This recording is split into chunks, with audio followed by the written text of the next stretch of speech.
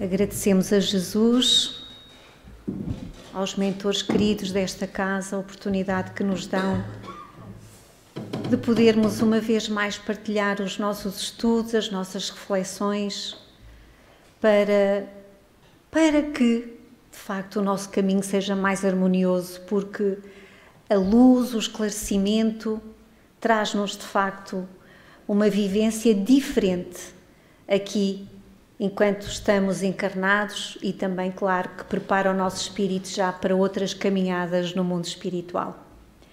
Então, quando nós lemos assim este título, quase que arrepia um bocadinho, não é?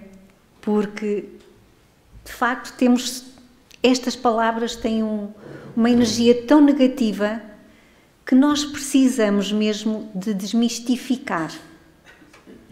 Lúcifer, Satã, demónio, inferno.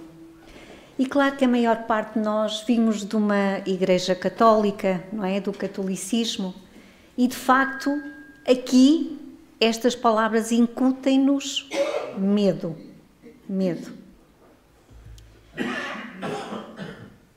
Primeiro, perceber Lúcifer, Satanás, demónios, o que são os seres denominados desta forma?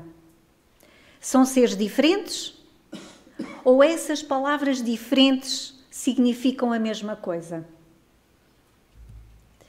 Então nós vamos aqui ao dicionário e vamos tentar perceber. Lúcifer, diz-nos o dicionário que é o nome masculino, e o maior dos demónios, diabo, Satanás.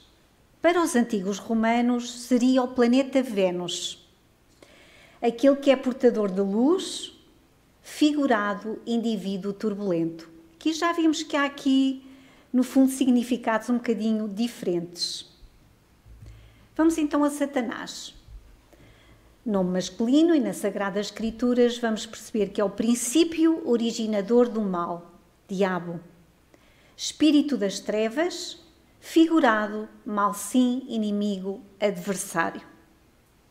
Então vamos à origem agora da palavra. Demónio é originário do grego daimon, que significa conhecimento, inteligência. Lúcifer é originário do latim, lucem fer, que significa portador de luz, claridade. E Satã, Satanás, originário do hebraico, que significa questionador, opositor.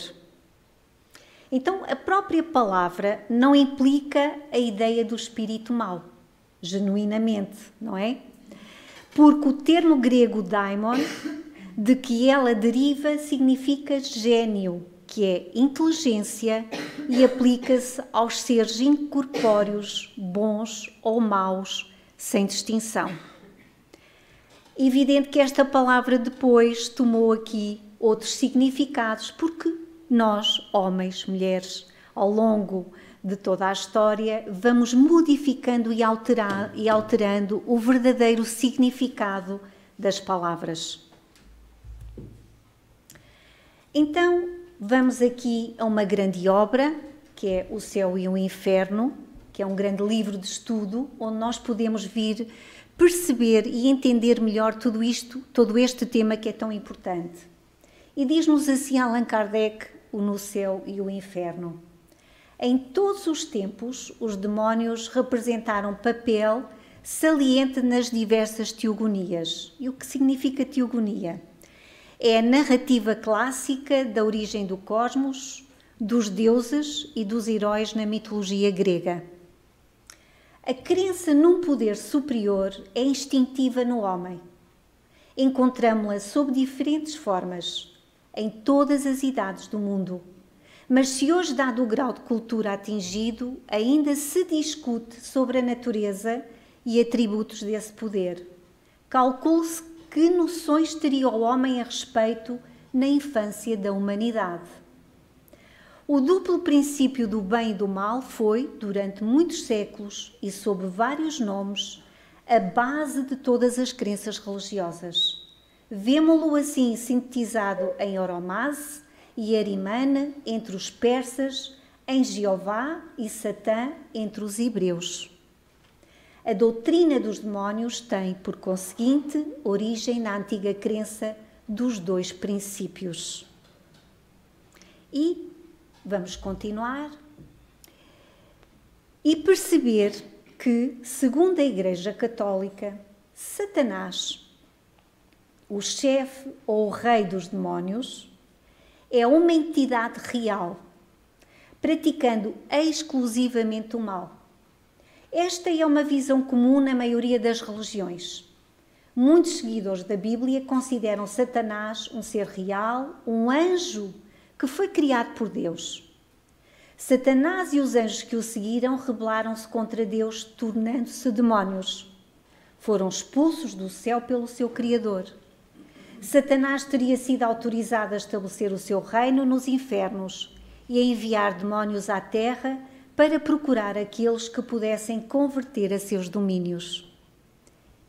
Nós sabemos isto, porque praticamente, ou a maior parte de nós, viemos da Igreja Católica e foi isto que nos transmitiram, que realmente Satanás é uma entidade real, que ela existe e que foi um anjo que, na verdade, desobedeceu às regras de Deus e foi extinto do céu. No fundo, foi expulso do céu, levando com ele outros que ainda hoje andam por aqui a fazer muitas maldades e a levar outros também a irem para esses caminhos maus. Então, agora nós vamos ter que perceber e usar de inteligência, de racionalidade. E graças a Deus nós temos a doutrina dos Espíritos, temos este estudo fantástico que é este livro O Céu e o Inferno, por Allan Kardec, que nos vem explicar, que nos vem ajudar a entender tudo isto. Então, no livro dos Espíritos, temos a questão 131 e Allan Kardec coloca aos Espíritos esta seguinte pergunta: há demónios no sentido que se dá a essa palavra? E os Espíritos de Luz respondem: se houvesse demónios, seriam obra de Deus. Mas, porventura, Deus seria justo e bom se houvera criado seres destinados eternamente ao mal e a permanecerem eternamente desgraçados? Se Deus é justo e bom, será que o faria? Se há demónios, eles se encontram no mundo inferior em que habitais e em outros semelhantes. Se há demónios, dizem-nos os Espíritos que eles estão por aqui. São esses homens hipócritas que fazem de um Deus justo um Deus mau e vingativo e que julgam agradá-lo por meio das abominações que praticam em seu nome. E, indo então agora para o livro O Céu e o Inferno, Allan Kardec fez as seguintes considerações. Satanás existe de toda a eternidade como Deus ou ser-lhe-á posterior? Existindo de toda a eternidade, é incriado e, por consequência, igual a Deus. Este Deus, por sua vez, deixará de ser único, pois haverá um Deus do mal. Então, já estamos aqui a contrariar os atributos de Deus. É isto que Allan Kardec nos está a fazer pensar. Nós precisamos de raciocinar. Então, afinal, existe um outro Deus que é um Deus mau e foi criado ao mesmo tempo que Deus, então Deus não é o Criador? Nós precisamos realmente de raciocinar. Mas, pergunta Allan Kardec, mas se lhe for posterior? Neste caso, passa a ser uma criatura de Deus. Posterior, ou seja, se Deus criou o diabo, passa a ser uma criatura de Deus como tal, só praticando o mal por incapaz de fazer o bem e tampouco de arrepender-se. Deus teria criado um ser votado exclusiva e eternamente ao mal. Não sendo o mal obra de Deus, seria contudo de uma das suas criaturas e nem por isso deixava Deus de ser o autor, deixando igualmente ser profundamente bom. Aqui está outra grande contradição. O mesmo se dá exatamente em relação aos seres maus chamados demónios. Então, se no livro dos Espíritos nós já percebemos que Deus não iria criar um ser mau para toda a eternidade, porque se Deus é bom e é justo e é misericordioso, isso não faz absolutamente sentido nenhum, não é? Estamos aqui todos entendidos. Aqui vamos também exatamente compreender que se for uma entidade, no fundo, extra-Deus, ou seja, criada ao mesmo tempo que Deus, então Deus não é o único que nós pensaríamos que é. Também não faz absolutamente sentido nenhum. E continuando com estas considerações, Allan Kardec diz: primeiro, se Satã, ou Satanás, e os demónios eram anjos, eles eram perfeitos. Como sendo perfeitos, puderam falir a ponto de desconhecer a autoridade desse Deus em cuja presença se encontravam? Então, mas se eram perfeitos, como é que eles poderiam, no fundo, retroceder? Se nós sabemos perfeitamente que a partir do momento que temos conhecimento e, de facto, verdadeiramente já o praticamos, não voltamos atrás. Quando eu sei que erro e tomo essa consciência, eu não volto a fazer a mesma coisa. Ou volto? Só volto se, de facto, eu não tomei verdadeiramente consciência, não é? Ainda se tivessem logrado uma tal iminência gradualmente, depois de haver percorrido a escala da perfeição, poderíamos conceber um triste retrocesso. Não é possível. Não, porém, do modo por que nos apresentam, isto é, perfeitos de origem. Ou seja, na verdade o que a Igreja nos diz é que eles são, o demónio e os seus anjos que o acompanham, são perfeitos desde a sua origem. Coisa que nós, e a doutrina espírita explica perfeitamente isto, que tudo é um progresso, que todos nascemos simples e ignorantes e que ao longo da nossa existência e das várias encarnações que vamos tendo, vamos progredindo paulatinamente. Portanto, nenhum aqui, porque Deus assim não seria justo, dando mérito a uns, estaria a fazer uma discriminação. A conclusão é esta: Deus quis criar seres perfeitos porquanto os favorecera com todos os dons, mas enganou-se. Isto, se nós pensássemos de facto que o diabo era um anjo perfeito, não é? Mas enganou-se. Como é que Deus se pode enganar? Logo, segundo a Igreja, Deus não é infalível. Portanto, todas estas considerações ajudam-nos a ter um entendimento mais lúcido, mais coerente e mais racional, para realmente percebermos que não é possível, não faz absolutamente sentido nenhum. Ainda mais, ele ainda faz estas considerações. Segundo, pois que nem a Igreja e nem os sagrados anais explicam a causa da rebelião dos anjos para com Deus. Não explicam porque é que isso aconteceu. Ou seja, isso não aconteceu. Terceiro, as palavras atribuídas a Lúcifer revelam uma ignorância admirável no arcanjo que, por sua natureza e grau atingido, não deve participar. E nós percebemos. Quando os seres, de facto, são mais evoluídos, são puros, são perfeitos, até na sua postura, nas suas palavras, têm, de facto, uma harmonia completamente diferente de nós, que ainda somos muito ignorantes. Então, por aqui se vê como é que um anjo se ia revoltar contra Deus, que é amor, que é o bem. Então, vamos lembrar os atributos de Deus. Deus é eterno, eterno. O primeiro e o único. Imutável, imaterial, único, todo-poderoso, soberanamente justo e bom, misericordioso.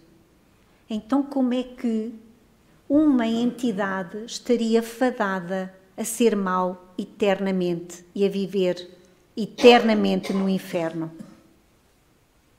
Isso não seria um Deus bom. Então agora vamos, de facto, para aquilo que a doutrina espírita nos traz de conclusão sobre tudo isto? Segundo o Espiritismo, nem anjos nem demónios são entidades distintas. Ou seja, não são diferentes de nós. Não são distintas. Não são aqueles seres horríveis, horripilantes. Não são nada disso. Por isso que a criação de seres inteligentes é uma só. Deus, quando criou, criou a todos de igual forma. Simples, ignorantes.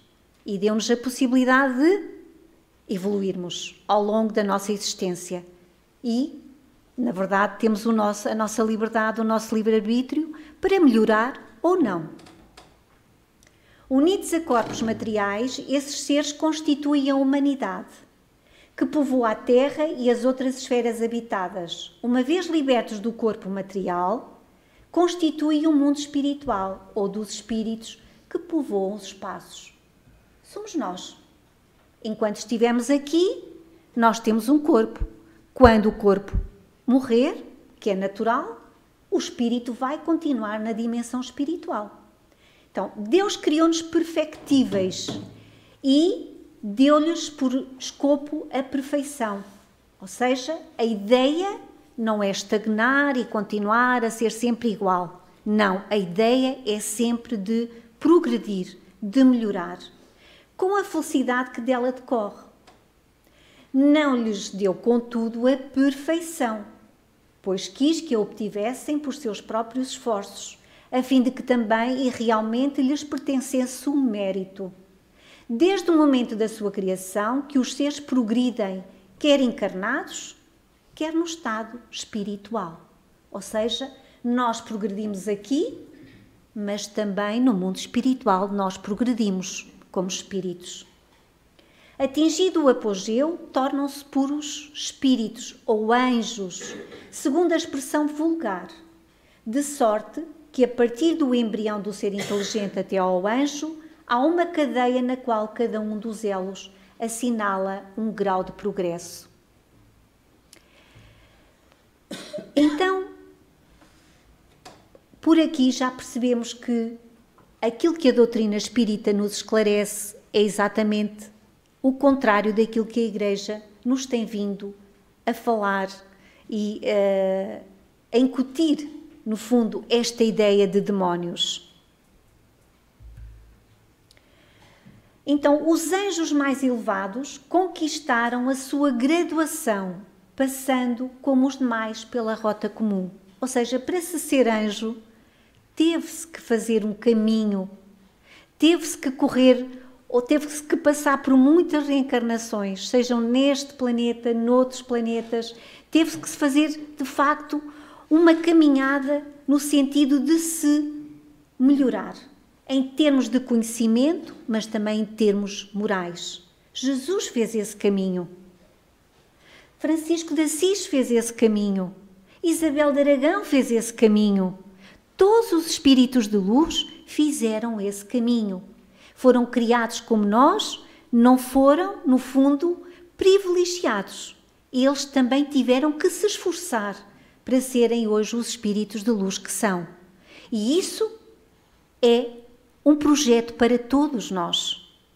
É para isso que nós cá estamos. É exatamente para percorrermos esse caminho, de melhorarmos, para um dia podermos chegar, de facto, a espíritos puros. E vamos lá chegar.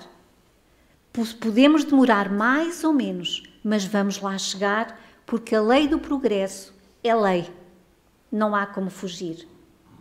Então, do expresso do que aqui nós estamos a dizer, ou seja, aquilo que neste livro do Céu e o Inferno Allan Kardec nos diz, do expresso resulta que há espíritos em todos os graus de adiantamento. E também às vezes nós temos aquela ideia que a pessoa morre e vai para o céu e já é boa. E isso também é uma ideia muito errada, porque se o nosso corpo morre, mas o nosso espírito aqui é de uma determinada forma, esse espírito, porque passou para a dimensão espiritual, não vai mudar assim de um dia para o outro. Vai ser o mesmo espírito que foi aqui, com as suas próprias tendências. Se tem tendências mais positivas, continuará a ser com tendências mais positivas. Se tem tendências mais negativas, ele vai continuar a levar essas tendências negativas para o outro lado. Então é um processo que nós temos mesmo que trabalhar em nós. Então, os graus de adiantamento são vários, aqui ou no mundo espiritual, moral e intelectual, conforme a posição em que se acham na imensa escala do progresso. Em todos os graus existe, portanto, ignorância e saber. Aqui é igual, e nós percebemos entre nós. Bondade e maldade existem em todo o lado. Nas classes inferiores destacam-se espíritos ainda profundamente propensos ao mal e comprazendo-se com o mal. A estes pode-se denominar demónios. Denominamos demónios, mas na verdade são espíritos, como todos nós, ainda num patamar um pouco mais negativo, ou seja, no patamar ainda de ignorante. Na verdade é isto que significa.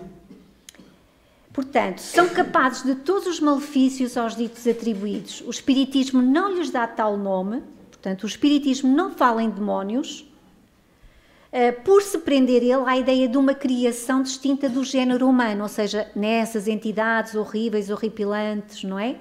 Não, isso não existe, não é? Como seres de natureza essencialmente perversa, voltados para o mal eternamente e incapazes de qualquer progresso para o bem. Então, continuar a fazer o mal depende sempre de nós. Não depende mais de ninguém, depende sempre de nós. Podemos então compreender que afinal o demónio, Lúcifer ou Satã são todas as influências negativas que nos prejudicam. Não são entidades, ou seja, não é uma entidade diferente. São todas as influências negativas. E quais são essas influências? Somos nós próprios, com os nossos próprios pensamentos, com as nossas palavras, com as nossas atitudes inconscientes e negativas. Estamos a prejudicar-nos a nós próprios e aos outros. Somos assim também, uns para com os outros. Influenciamos negativamente uns para os outros. Podemos ser uns demóniozinhos uns para os outros. Somos ou não somos? E depois também temos realmente esta situação que todos nós já sabemos aqui na doutrina espírita, que nos explica tão bem, obsessores.